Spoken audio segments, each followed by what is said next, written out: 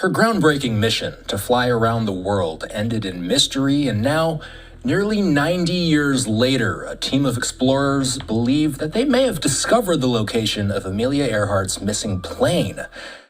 Tucker Carlson just shared shocking news about a mystery that has confused the world for decades.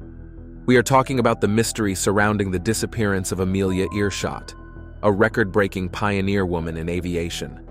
The disappearance of female pilot Amelia Earhart during her round-the-world air voyage back in 1937. After decades of searching, Amelia Earhart's long-lost plane has finally been found, and what's inside is very unsettling. But how will this discovery rewrite everything we thought we knew, and what exactly did scientists find in the wreckage? Stay with us as we reveal the answers to these questions and solve the mystery. A mystery unsolved. If there's one mystery that has baffled the world for decades, it's the heart-wrenching and controversial story of Amelia Earhart. For over 80 years, her disappearance has lingered as one of history's greatest unsolved mysteries. Amelia, a woman celebrated for her groundbreaking achievements in aviation, bid her family farewell one fateful morning to embark on a record-breaking flight around the globe, a journey that was destined to change her life forever. Unknown to her, it would also become her last. On July 2, 1937, Amelia Earhart vanished without a trace during her most iconic flight, leaving behind a cloud of unanswered questions. For years, people have puzzled over what might have happened to her. Theories emerged, expeditions were launched, and countless searches were conducted, but the truth remained elusive. That is, until recently, when Tucker Carlson, known for tackling controversial topics with fearless curiosity, broke new ground in unraveling this enduring mystery. But before we dive into what Tucker uncovered, we must first start from the beginning to understand who Amelia Earhart was and why her story continues to captivate the world. Born on July 24, 1897 in Atchison, Kansas, Amelia Mary Earhart wasn't just any name in the history of aviation. She was a pioneer, a trailblazer who defied societal norms and etched her name into history as one of the most accomplished aviators of all time. Her passion for flight began in her early 20s after she attended an air show and experienced her first ride in a small plane. That single moment changed her life, igniting a spark that would drive her to achieve the unimaginable. Amelia wasted no time making history. In 1928, she became the first woman to fly across the Atlantic as part of a 3-person crew. Although she was a passenger on this flight, the experience inspired her to push further. 4 years later, in 1932, she accomplished what no woman before her had done: a solo, non-stop flight across the Atlantic Ocean. Departing from Newfoundland, Canada, and landing in a farmer's field in Ireland, she braved icy weather, mechanical failures, and over 15 hours in the air. I landed there after frightening all the cows in the neighborhood and rolled up to the farmer's front door. Amelia didn't stop there. In 1935, she became the first person to fly solo from Hawaii to California, conquering nearly 2,400 miles of open ocean. Her record-breaking streak continued with flights across the United States, Mexico, and Canada. Well, that babe of the sky, she's gonna fly around the globe. Each accomplishment wasn't just about flying, it was about breaking barriers, proving that women could soar just as high, if not higher, than men. That there was no reason to say that, oh, because you're a woman, you can't do something. Amelia's achievements weren't limited to the skies. She was just as passionate about paving the way for women in aviation as she was about flying itself. After earning 3rd place in the first Women's Air Derby in 1929, Amelia Earhart, foremost woman flyer, was presented with a bouquet. Amelia co-founded an organization that would become her legacy, the 99s. This international group was dedicated to promoting opportunities for female pilots. As its first president, Amelia helped build a supportive network for women in aviation, a mission that still thrives today, with members representing over 44 countries. But for all her accomplishments, Amelia's aviation story soon takes a shocking turn: the globe-circling flight. On June 1, 1937, Amelia Earhart embarked on a journey that, if successful, would make her the first pilot to circumnavigate the globe along the equator. Well, it was very interesting to me to fly in southern waters rather than in the north. Departing from Oakland, California, this wasn't her first attempt at the record, but it was her most determined. Accompanying her was Fred Noonan, a skilled navigator with expertise in celestial navigation, important for a journey of this magnitude. Amelia's plane, a twin-engine Lockheed Electra 10E, was modified for the mission. It featured a wide tail for stability, 2 vertical fins, and an additional 4 fuel tanks to ensure she could cover the long stretches of open water. The journey was meticulously planned, with stops mapped out for refueling, rest, and aircraft maintenance. From Oakland, the duo flew to Miami, where final preparations were made. Then came South America, where they refueled and conducted vital checks. From there, they continued to Africa, the Indian subcontinent, and Southeast Asia, stopping at key locations along the way. Their journey was grueling, but their determination remained unwavering. By the time they reached Lae, New Guinea, Amelia and Fred had covered a staggering 22,000 miles, nearly 2/3 of their journey. But the most challenging leg still lay ahead, which involved crossing the vast and treacherous Pacific Ocean. Their next planned stop was Howland Island, a tiny speck in the Pacific. This critical refueling point was just 1.5 miles long and barely visible against the endless ocean. The Pacific presented a daunting challenge. Vast distances between islands, unpredictable weather, and limited navigational aids made this leg of the journey fraught with danger. But Amelia wasn't one to back down. She pressed on, determined to reach her destination. What happened next, however, remains one of the greatest mysteries in aviation history. Despite the countless challenges they faced, Amelia Earhart and Fred Noonan refused to give up. They were just 7,000 miles away from completing their ambitious mission, determined to make history. But then, the unthinkable happened. On July 2, 1937, tragedy struck. During their flight from Lae, New Guinea to Howland Island, all radio contact with Earhart and Noonan was suddenly lost. They vanished without a trace, leaving the world stunned and searching for answers. Amelia Earhart and her navigator, Fred Noonan, went missing over the Pacific Ocean. The loss was so devastating that President Franklin D. Roosevelt ordered an extensive search operation, deploying both the Navy and Air Force. For 2 grueling weeks, the search scoured thousands of square miles of ocean, but no sign of Earhart, Noonan, or their plane was ever found.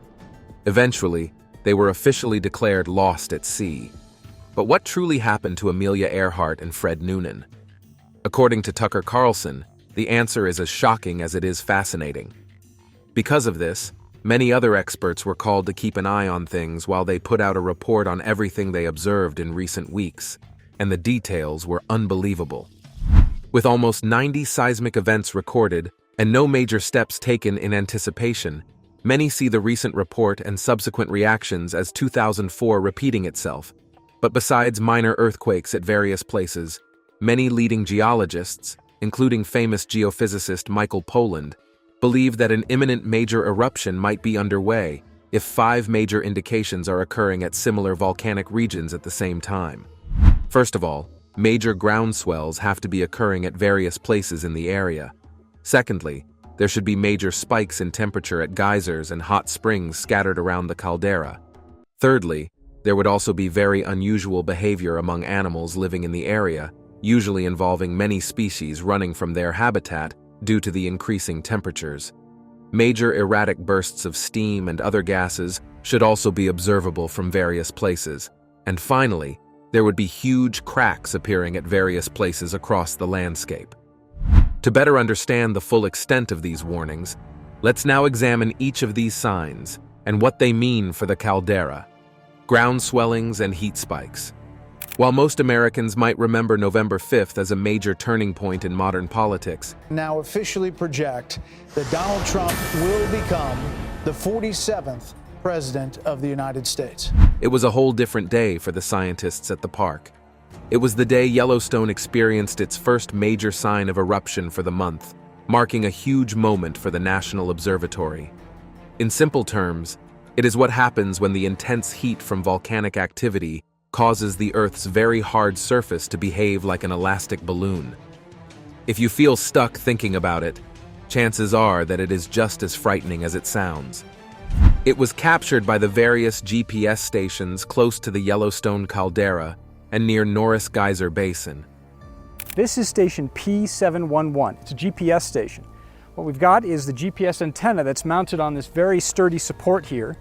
It's sturdy because we want to look at very, very small changes in ground deformation over time. A lot of these swellings also happened very slowly, with some beginning from early October. With 2 decades of experience at various observatories, Dr. Michael Poland explains this, stating how major ground swelling like these hints at an impending eruption. According to Dr. Poland, underneath Yellowstone is a huge reservoir filled with molten rock under very high pressure. This molten rock, commonly known as magma, is formed when solid rocks are forced to move upwards. As the pressure reduces, the solid rocks melt and become liquid. The same thing happens with tectonic plates, where ice chunks that exist at the bottom of the sea turn liquid as they come up to the surface. So with the molten rock being lighter than the solid rocks around it, it naturally floats upwards, accompanied by the intense pressure that forces it in that direction. This usually happens when the magma finds a path through which it can reach the surface. But when there is no path, the molten rock forces its way upwards, causing major ground swellings at various places surrounding the mighty caldera. And that is exactly what was observed on November 5th. With one box ticked, this leads us to the next big sign of an imminent eruption, and that is major spikes in temperature in various places. We can easily tick this box with the various temperature spikes occurring currently at the Norris Geyser Basin, Mammoth Hot Springs, and Midway Geyser Basin. These happened throughout the month, with the most shocking spike occurring on November 5th and 26th. Dr. Mark Stelton, deputy scientist in charge of the observatory, reported that these springs suddenly went a lot hotter than usual. For context, before the sudden increase, most of the springs averaged at about 200 degrees Fahrenheit, but on November 5th, temperatures increased by over 100 degrees in a matter of hours, settling at just over 345. This was way too sudden to be taken lightly, and he explained that it was caused by the quick heating of the water around these areas of rising molten rock. This sudden surge in temperatures implies that the magma is rising much quicker than normal, and while this alone isn't enough to prove a major eruption is slated to happen anytime soon, it stands as a warning when associated with the other factors. Dr. Robert Smith, another geophysicist from the University of Utah, wrote about this in great length. His studies show that while this alone isn't enough proof, it usually came before the major eruptions that have occurred in recent history. This presents a problem with the current scientific standard, as past major eruptions show that not all 5 indicators have to be present for an eruption to occur. According to Dr. Smith, the best way to arrive at a good conclusion is by learning from history, not just relying on modern monitoring techniques that aren't completely reliable. The air is still a lot more to reveal: hydrothermal explosions and unusual animal behavior. Other events that made history and raised a lot of eyebrows at the observatories include the strange behaviors of certain animals at Yellowstone, most particularly among the bison, elks, and wolves. As we know, Yellowstone, like most other mountainous regions outside the tropics, can be very brutal on animals during winter, a time when those places become very cold and food becomes difficult to find. As for Romeo, he was confident about the discovery, stating that it would take significant evidence to convince him it isn't the Electra.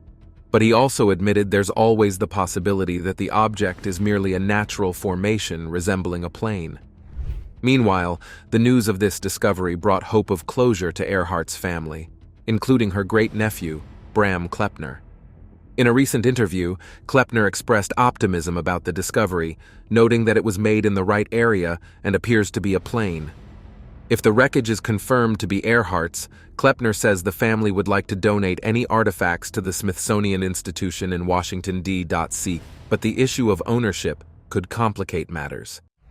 If the plane is indeed Earhart's, its legal ownership will depend on the location of the discovery. According to Dr. Andrew Petruska, an expert in underwater archaeology, if the wreckage was found in international waters, Deep Sea Vision could claim it under salvage laws. Kleppner's mother, Amy, one of the few living relatives directly connected to Earhart, has expressed a desire for Earhart's remains to be returned to her birthplace in Kansas. But while hope abounds, the question remains, is this discovery truly Earhart's plane? For now, the discovery remains unconfirmed, with complications clear. Intriguingly, Wallace, a deep-sea vision pilot, had brought a bottle of 1937 Jameson whiskey aboard their ship, hoping to celebrate the moment the plane was found, but the bottle remains unopened, waiting for the mystery to be solved. Sadly, a recent update contradicts Deep Sea Vision's claims, stating that the discovery was nothing more than a mere rock formation. The universe is a vast and mysterious place, full of secrets that keep us intrigued and curious about our own existence here on Earth. One story that has captured people's imaginations is the tale of Mel's Hole. It all began on a radio show called Coast to Coast AM on February 21st, 1997, when a man named Mel Waters called in to narrate his discovery of a strange hole in a rural property he bought near Ellensburg, Washington. Coast to Coast AM is a radio show known for exploring strange and paranormal phenomena. It's the kind of show that taps into our fascination with things that can't be easily explained. So when Mel shared his story about an unexplainable hole, it grabbed the attention of listeners around the world. It was like opening a new chapter in the exploration of the mysteries that our planet holds. Mel's was no mere hole. It was a bottomless hole that seemed to scare everyone who lived around it. Just 80 miles outside of Ellensburg, Washington, in the small town of Manistash, there lies a mystifying cavity known as Mel's Hole. This strange opening in the earth has perplexed the locals for decades, but no one more so than Mel Waters himself. Many locals claim to know about the hole, but it didn't really become a phenomenon until 1997, when Mel Waters went on the Coast to Coast radio show with Art Bell. You see, Mel moved onto the rural property in the 1990s, completely unaware of the uncanny happenings surrounding his new land. Get girded, because in a few minutes we are going to embark on a terrifying ride about one of the many mysteries of our Earth. What terrifying discovery was made in Mel's Hole? At first, Mel was told by neighbors that the hole had been used for decades as a dumping ground for all sorts of undesirable trash and broken machinery. But here's the eerie part. No matter how much junk and waste the townspeople dumped into its depths, the hole never seemed to fill up. In fact, if you peered over the edge, all you could see was pitch blackness. No sign of a bottom whatsoever. Stranger still, not a single sound echoed back, even if you dropped large, heavy objects down its throat. Once Mel started living there, even weirder stuff started happening around the hole. There were screams and howls late at night. Strange lights flickered up from inside it. Things would disappear if you left them near the hole. Mel got totally obsessed with figuring out what was up with this bottomless pit, and the more he studied it, the more scary secrets he uncovered. On his quest to uncover the mystery of the hole, he first set out to uncover the reason behind the hole not filling up. So he started conducting experiments to get a sense of just how deep it went. First, he began dropping heavy tools into its dark depths, hoping to hear them hit the bottom with a thud or splash, but each time, all he heard was silence. No matter how heavy the object, not a single sound echoed back up. It was almost as if the objects just vanished into thin air. This really made Mel scratch his head in curiosity. Typically, when you drop something down a deep hole, you expect some noise. A dull thump if it's hitting solid ground, or a splash if there's water below. But the void-like silence from Mel's Hole defied logic. This led Mel to wonder, could this pit truly have no bottom at all? Not one to give up easily, Mel came up with a clever idea using candy and a fishing line. He attached some sweets to the end of a long line and lowered it into the blackness. If the candy came back up dissolved, that would mean there was water at the bottom. But if it returned with dirt stuck to it, that would indicate a dry surface down below. After exhausting about 1,500 feet of line, Mel drew the candy back up. Shockingly, it was still perfectly intact. Feeling he was onto something, Mel bought spool after spool of fishing line and tied them together. Once again, he began lowering the line into the pit, but the hole just kept swallowing up more and more lines, with no end in sight. After what must have been miles and miles of line, Mel checked and realized over 80,000 feet had disappeared into the darkness. That's when Mel knew for sure that there was no ordinary cavity in the ground. This was a genuine bottomless pit of the most perplexing order. Mel now felt certain this was no ordinary hole. He knew he had to share this with the world. And so he contacted his friend Art Bell, host of a paranormal radio talk show. He pleaded with Art to help him get conclusive proof of the hole's seemingly endless depth. Together, they came up with more elaborate tests. They lowered two-way radios, hoping to pick up voices from the other side. They dropped glowing flares and cameras hooked to monitors, attempting to catch a glimpse of what lay beneath. Just like the others, the camera went down and kept extending hundreds and hundreds of feet until it disappeared into the murky blackness.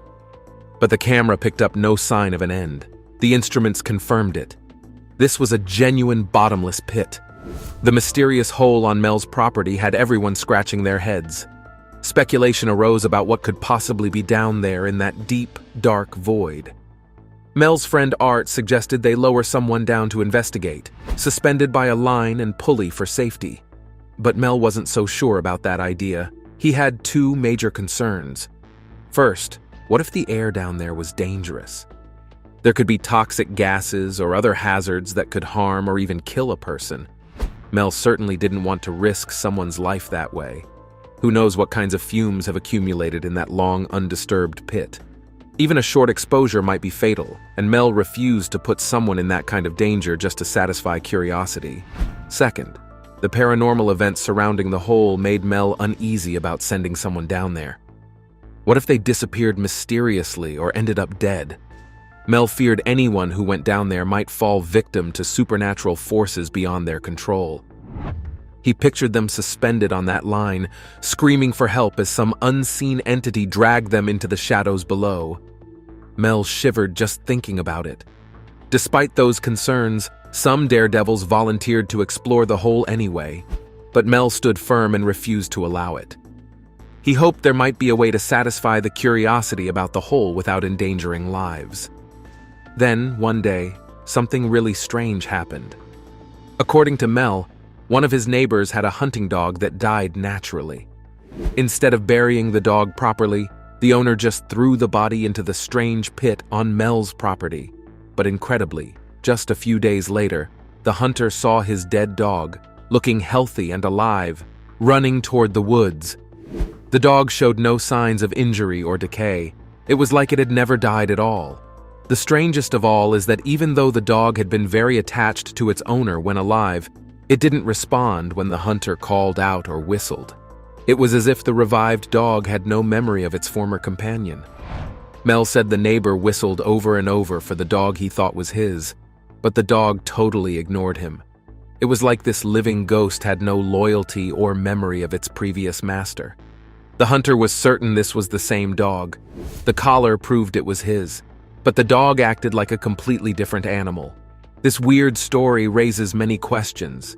Did the dog somehow come back to life after being tossed in the pit? Did the hole's strange energy restore the dead body? Or did the grieving owner only imagine he saw his dead pet? Could he have mistaken some other similar dog for his own? Before long, Mel's hole had transformed from a local curiosity into a full-blown paranormal phenomenon. To lay credence to his claim, a man named Red Elk had some wild stories about Mel's mysterious hole. Red Elk was actually named Gerald Osborne, and he was a Native American medicine man. Back in 1961, when Red Elk was young, his dad apparently showed him this crazy deep hole called Mel's Hole. Back in the 1960s, a Native American medicine man named Red Elk claimed to have stumbled upon a crazy deep hole in rural Washington state that locals called Mel's Hole. Apparently, his own father first showed him the endless pit back in 1961, and since then, he said every time he visited this hole, the strangest things would happen. He was convinced the area was confused with what he called the Devil's Hole.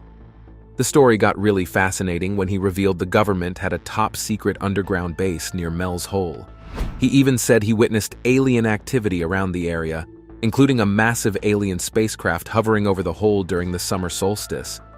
Red Elk described seeing bizarre alien creatures and unusual animals around the hole that seemed to have the power to rejuvenate living beings. He was certain the hole was some kind of portal to other dimensions or realms, like a doorway to different realms or something. So, was Mel's hole a true gateway to the paranormal, or just an old Native American legend? The wild claims of spacecraft and aliens make it hard to know what to believe.